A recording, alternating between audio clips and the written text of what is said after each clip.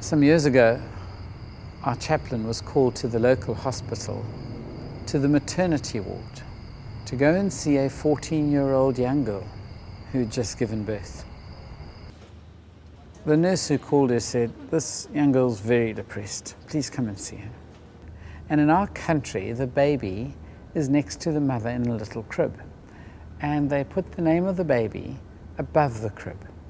And as our chaplain walked into this maternity ward and saw the mother and the crib, she saw the name of the baby, Eliku Itemba, which means no hope. Now, can you imagine calling your child no hope? No hope, come here. No hope, go there. And so our chaplain startled and said, "Who named this child? I mean, don't give a child a name like this."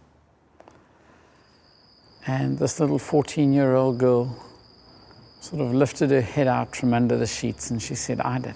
She said, "Why on earth would you name a child no hope?" She said, "Well, you see, it's like this. My mother died with HIV and AIDS. I moved in with my auntie. She died with AIDS. So I moved in with some kind neighbors who I didn't really know. And they had a 16-year-old son. And he said to me, 'Girl, you got to pay to stay here. And the way you pay to stay here is by giving me sex.' Well, soon, she said, I found I was pregnant and found out I was HIV positive.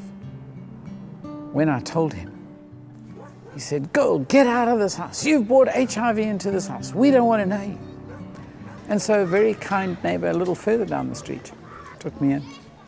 But she literally had one room which had a double bed in it. And she is a single mom with 2 children. And so she said to me, 'You can stay here until your baby is born. But then 5 of us can't share a double bed. And so you'll need to go somewhere else when your baby is born.'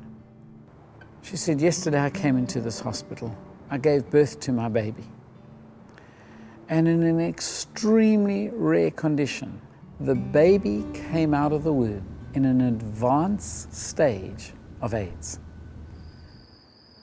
So she said, 'I have nowhere to go tomorrow when they discharge me.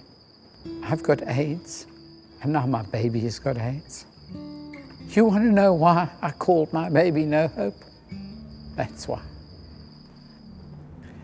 Well, our chaplain got hold of me a few minutes later after she left the hospital, got onto the phone.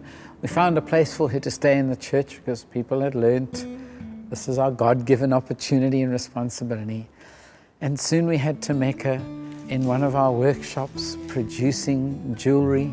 Soon she had the dignity of earning an income and being able to rent her own little shanty.